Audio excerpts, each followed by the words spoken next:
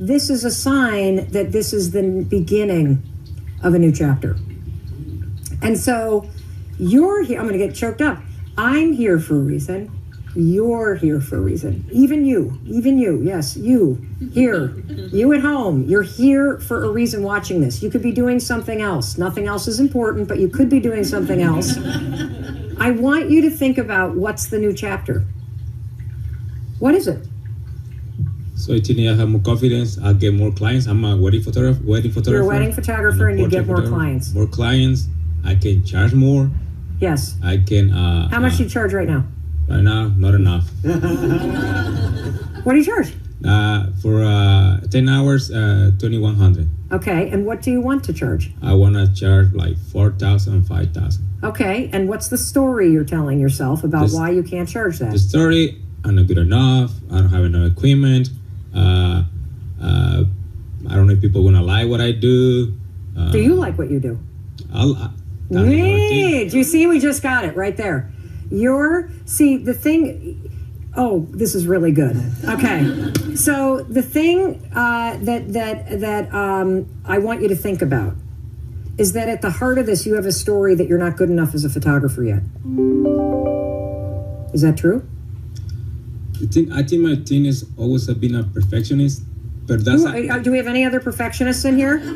But yes. now I understand that's just fear, right? It's fear, and I'm trying to. I post a lot of stuff lately because I'm following the rule, and a lot of stuff I don't even like it myself. But do other people like it? But I'm pushing people like it. There is no negative about it, but it's in my head like. See, the source of all of the pain and the lack of money for you is coming from the fact that you don't like your work yet, and that you're such a perfectionist that until you can break the habit of going for trying to make things perfect, which it will never be. Exactly. It will never be. It'll be done, but it might not be perfect. Until we can break that habit, and it's a form of self-doubt that we're going to get into after the second break, till we can break you of that habit, you're always going to feel unstable, not on stable footing about asking for the $4,000. And that's the thing, because right now I think I have make a lot of improvements because I read stuff and I try to get more around positive people and coming like here. Yeah. But it's like 3 days I'm on the top, the other 3 days I'm on the bottom. Welcome to humanity. Yes. So okay. Ride the wave, Hector. So I said, hey, it has to be a way that I can be more constant with the way I feel. Yes, there is. Right, because it's a point in your life, like I let fear control my life my whole time. So I'm saying, you know what, I'm tired. I'm sick and tired of living my life to 25% of my ability and capacity. I make myself miserable. I'm making my family miserable. I got 3 kids. I got a wife. Sometimes you just act like a stupid. Yeah. Because you don't know what to do. It's like you start feeling it and you project it and you just react. Like yesterday, I have a little episode with my wife because where you at? Oh, tell us about it. Yeah. yeah, because, I think it's I shaking and stuff, but I think that's what I need to do. Even I got like some confidence and I said, I just got to talk what I feel. I was thinking about writing everything, but I said, no, I'm going to go there and whatever happens is going to happen because I like to control. So no, I'm not going to control it. I really want to go and push myself to use whatever I feel I'm going to say it. So yesterday I called my wife, but she didn't answer the phone. And I started okay, what's going on? Maybe I don't know, I start getting worried because, the 3 kids and getting worried and being honest, jealous. Like, what's going on right there? And then I start and like 5 I like that. I need that sound effect. I wish I could roll my arms because I like yes. And then and I understand. And when she finally answered me, like, hey, what's going on? Like, nothing. The phone was in silence. Like, really? But I'm not home. Why I'm more aware? Blah blah. Like, and she like, you know what? You know what's so interesting? So there's a couple things that I love about you. Number one, I love just that you are taking the coaching of get what you came for, and you're just putting it all out there. Okay, this is courage in action right here. This is actually real confidence. He doesn't feel confident, but this is what It is. He's trying. He's like putting it out there, and he's being honest. And how many of you can relate to any aspect of this story? Raise your hand. Look around. So there's a couple things, and I think that number one, there's an aspect to your own skills and your own celebration of work that if you were to develop a few new habits around that, it would bolster your confidence, because once you understand the science of confidence and the importance of seeing the actions first, not the belief, I'll prove to you that kind of going and addressing the skill piece so that you yourself feel more confident and celebrate your work, that'll help. Number two, what I love about what you said is he is proving a point that we haven't even got to yet, that your life happens in these 5-second windows. That in the most profound part of your story that would change any of our lives is when he called his wife and she didn't answer, and then make that sound for me. Your mind went, yeah. That happens in 5 seconds flat. Yep. Right? You can't control whether or not your spouse picks up the phone. The feelings that rise up, whether it's jealousy or anger or frustration, totally normal and natural. What you do next is a choice. And so for you, there's going to be two things that I want you to be thinking about as we go through all of the curriculum here, is I want you to be thinking about, number one, the self-control mentally, so you don't go down that tunnel. And number two, what is missing in my craft and my skills as a photographer so that I feel that I am worthy of $4,000. Look, if you need a fancy camera because that's what a $4,000 photographer has, so be it. But if you're actually gathering and collecting equipment and collecting certifications as a way to hide and not have to do it, that's self-doubt. Make sense? Yep. Okay, cool. Give him a round of applause. Awesome. When you try something new, you're going to be terrified. You're going to be nervous. That's normal. You're either going to succeed or you'll survive. And just like I told you that, look, I had a talk show deal 7 years ago that basically went, what's that sound effect? I can't do it. I'm going to learn how to roll my R's today. I learned something from that. And we cognitively know this, and see, this is the challenge with these kind of topics. They're heady. We know these things, but how do you get this in your bones? Well, you understand that when you succeed or survive, you learn something, right? And then when you learn something, you're building a skill. The more that you gain competency, the lower your anxiety drops. The more your nerves drop, the more your doubt drops because you're learning it. And so what ends up happening when you have competency is now you've got confidence. Pretty cool, right? So we talk about this stuff, but understanding that this is the only way to build it. And this is what I want to pound into your brains. Yes, thinking positive helps a lot. But confidence and self-doubt, breaking the cycle starts with action. That's what it starts with. You cannot positively think your way through the kind of emotional angst that Hector's putting himself through. Not going to work. But if he sees himself acting differently, he's going to change. That's why this is my definition for confidence. It's the decision to try. Good. That was good. That time. Yes, I was. I was a stone heart. I'm going to steal that joke. That's a good one. Yes. Why she call it like that? He call it like that? Yes, a stone heart. I had a stone heart. It's so true because I was afraid. I was afraid. I was falling into one of the traps of self-doubt. Fear. How are we going to pay for this? What's going to happen? Phone. He calls his wife. She's not there. The emotions immediately take over. He knows not to do that. You know in that moment not to be a jerk, not to sound off, not to get jealous. You know, but that doesn't help. I would have the alarm go off. And the second it went off, that wave of emotions came up. Failure. I'm a loser. I'm going to lose everything. I'm the worst mother. I'm so angry at Chris. I'm terrified, just so stuck. And within moments, I'd be hitting the snooze. Because self-doubt triggers action. And we're going to talk about that in the next section that we're going to be doing.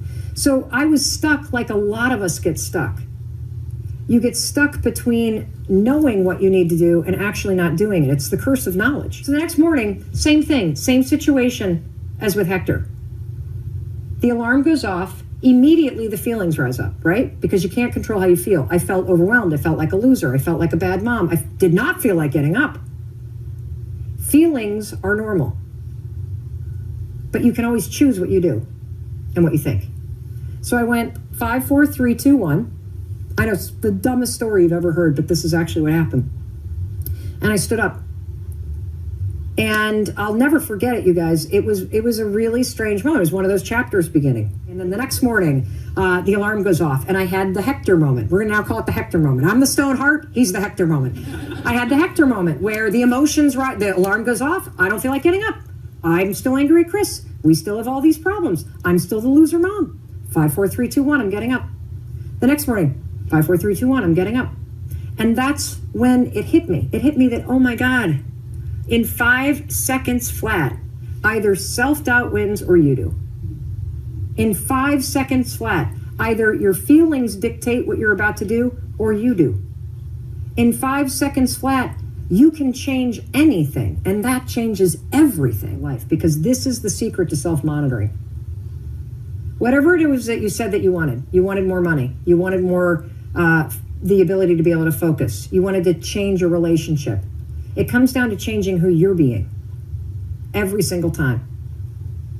And the fastest, the simplest way to do that is to reduce the things that you need to do into 5-second windows. Now, right there, I'm just realizing that you overthink for the good stuff, but don't overthink for the bad stuff. Like my reaction in the Hector moment. Yeah, the Hector I didn't moment. overthink being an ass. Yes. I just did it. Yes. And when it's good stuff, is when I overthink. Because you doubt yourself. Yeah, you're getting triggered by the fear and by the doubt. This is an action. I want you to understand self-doubt is not a feeling. It is the actions that you take in response to these whole array of normal feelings that we have. It impacts how much you sell or whether or not you sell. It impacts how you talk to people. It impacts whether or not you put your work out there. It impacts what you price things at. And so what happens is, as you overthink, then you start to doubt yourself, and now you're stuck in this loop. And when I explain the science of habit loops and how they get encoded in your brain, this is going to make so much sense and be so liberating, because this is the trap that we're all in. You get triggered by your feelings, and then you choose an action that keeps you trapped. You will not get what you don't ask for. You just won't. This is how self-doubt works. You get worried about something, cortisol flies in, you start thinking, now the risk feels so huge, so you're not going to make that cold call. You're not going to ask for $4,000 instead of $2,000. And guess how fast it happens? 5 seconds flat. Is that when we were all kids, you had people that pushed you. You had teachers that saw greatness in you. You had youth group leaders and coaches, and you had parents, and you had relatives, people that didn't buy your BS, that didn't care how you felt, and that just pushed you. And what sucks about being an adult is that you're lucky if you get home at the end of the day from work and somebody you're related to says something nice to you, you know? We're alone. Yeah, we're alone. I'm telling you right now, I've been pounding this in your head. You can't control the stuff that happens, and you cannot control how you feel. When you change the behavior, you trick your mind. Because we can't control this thing. This is why being sober is so incredibly difficult, because there are so many triggers. There's the smell, there's the bars, there's the people you used to drink with, there's the time of day that it is, there's certain songs that come on. All of those are triggers that trigger you to go into a chunk of behavior that's encoded. Self-doubt, confidence, exact same thing. Exact same thing. So what's happening in your mind is right here in the red, in the central region of your brain. This is where those patterns get encoded. This is where habit loops become engineered into your mind as a closed loop system. Something that you do without even thinking. So I'm going to give you an example. You walk into your closet, there's a pair of jeans, you're going to pull them down. Which leg do you put in first? You're thinking about it right now, right? You don't when you put your jeans on, because the pattern of grabbing it and lifting, for me, it's my right leg, that's encoded as a chunk right here. So I've been experimenting with this because I want to, I just want to understand this stuff. And so I would go in there and I would literally grab the jeans and start to do this. And knowing that I want to change 5, 4, put on this one. And now I've actually retrained myself to, I mean, it's a dumb example, but this puppy right here is your prefrontal cortex.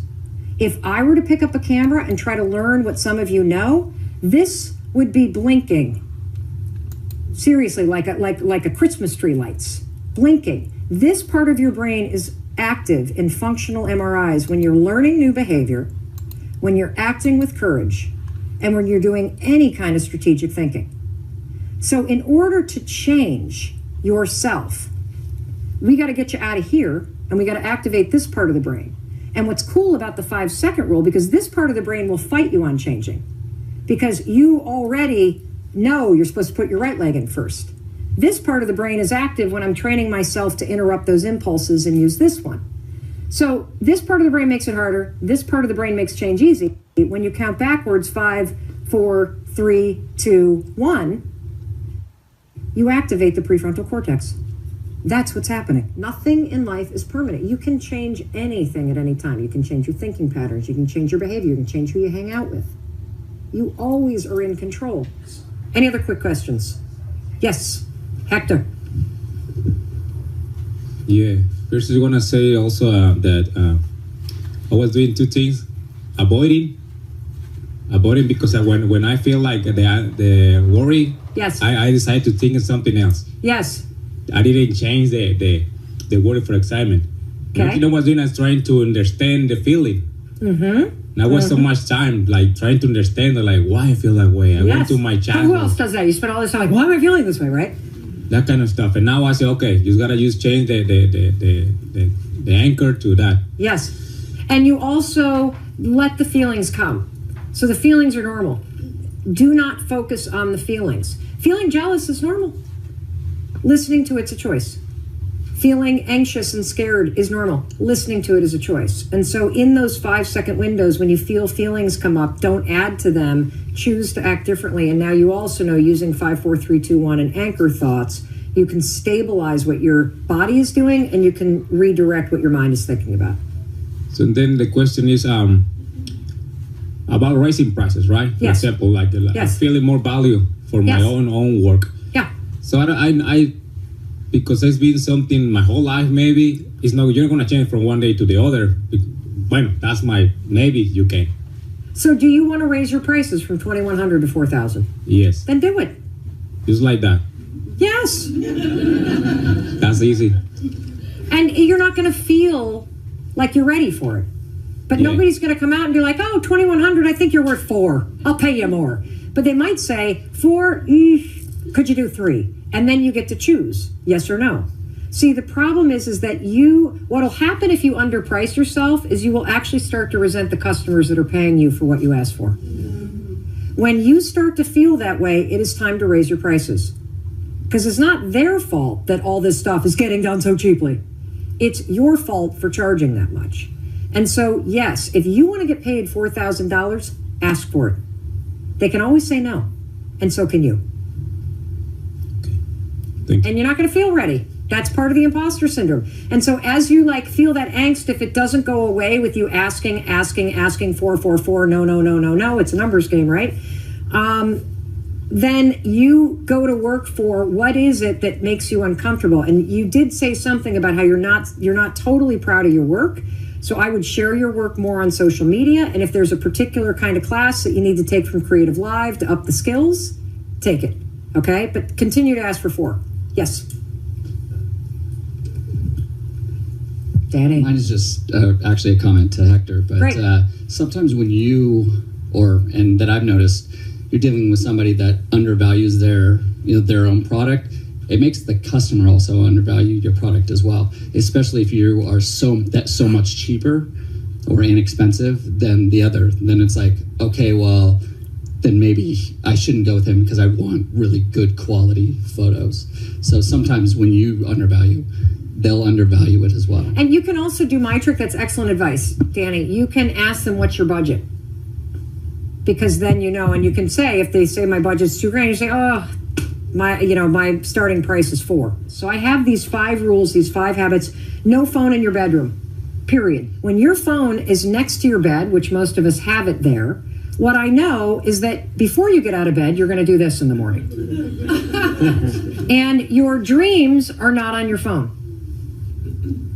Your priorities are not on your phone. It's other people's garbage. And one of the most important things that you could do is before you go to bed, one 5-second decision that changes everything is put the phone in the bathroom, put it in your closet, plug it in, set the alarm, turn off the alerts, leave the ringer on, tell your friends and family if they need you, call me.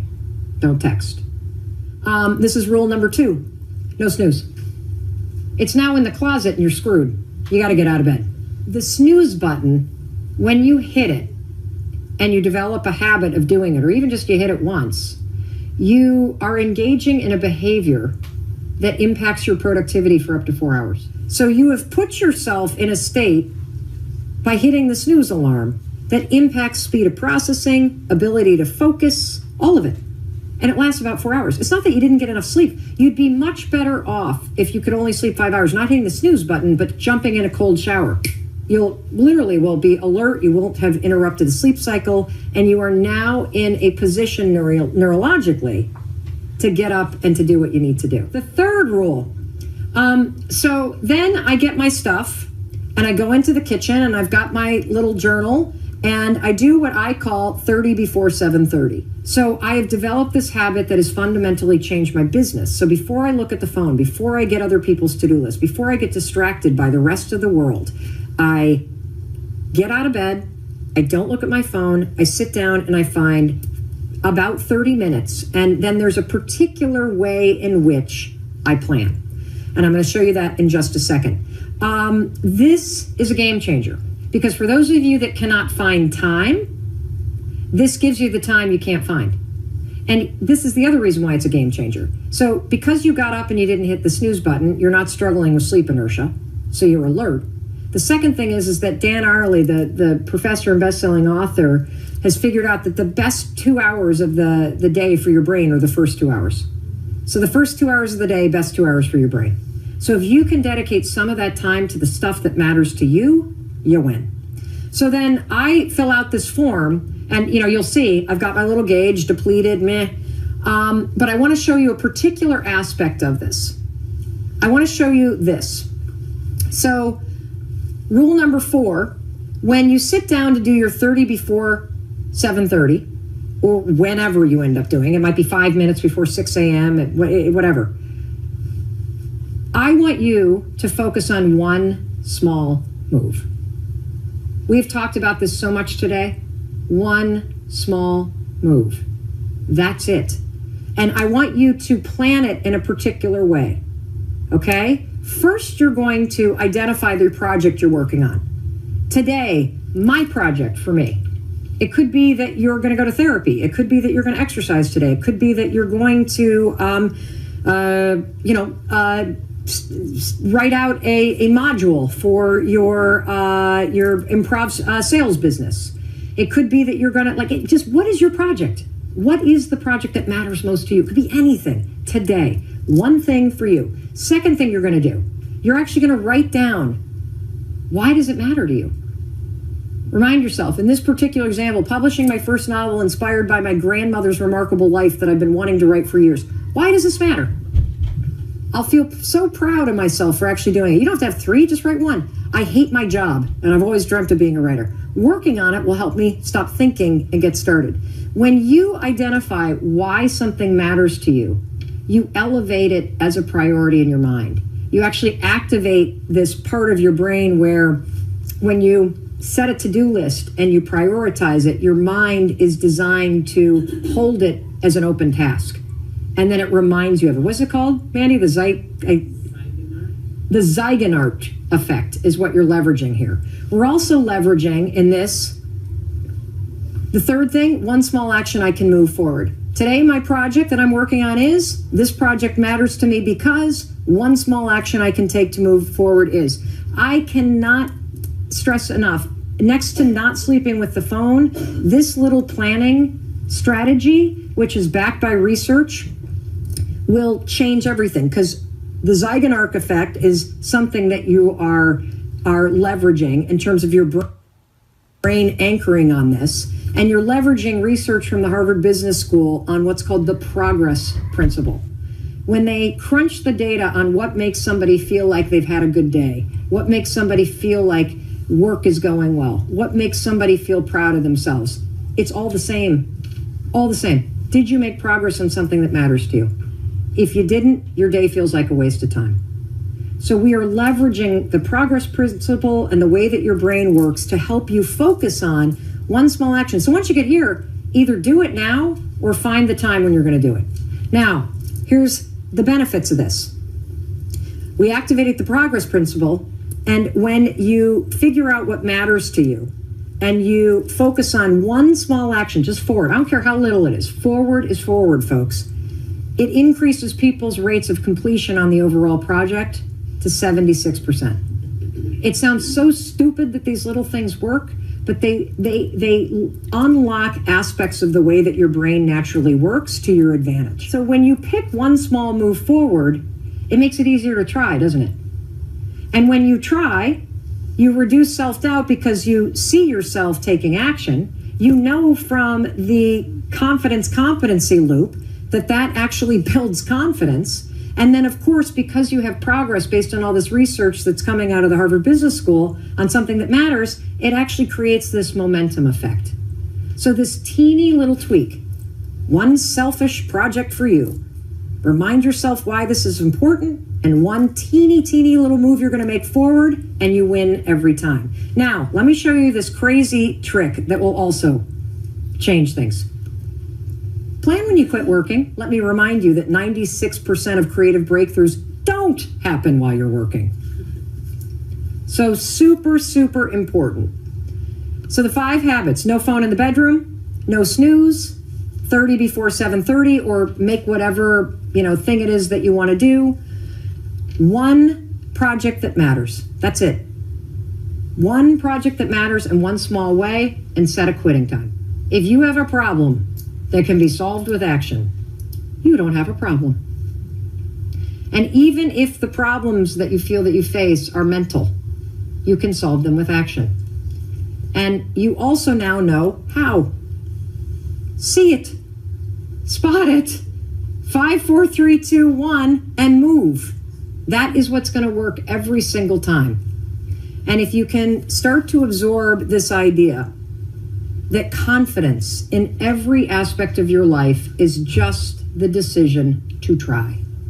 That's it. It begins right there. Look, I don't expect you to be perfect. I expect you to fail, but I do expect you all to try. Thank you for being here.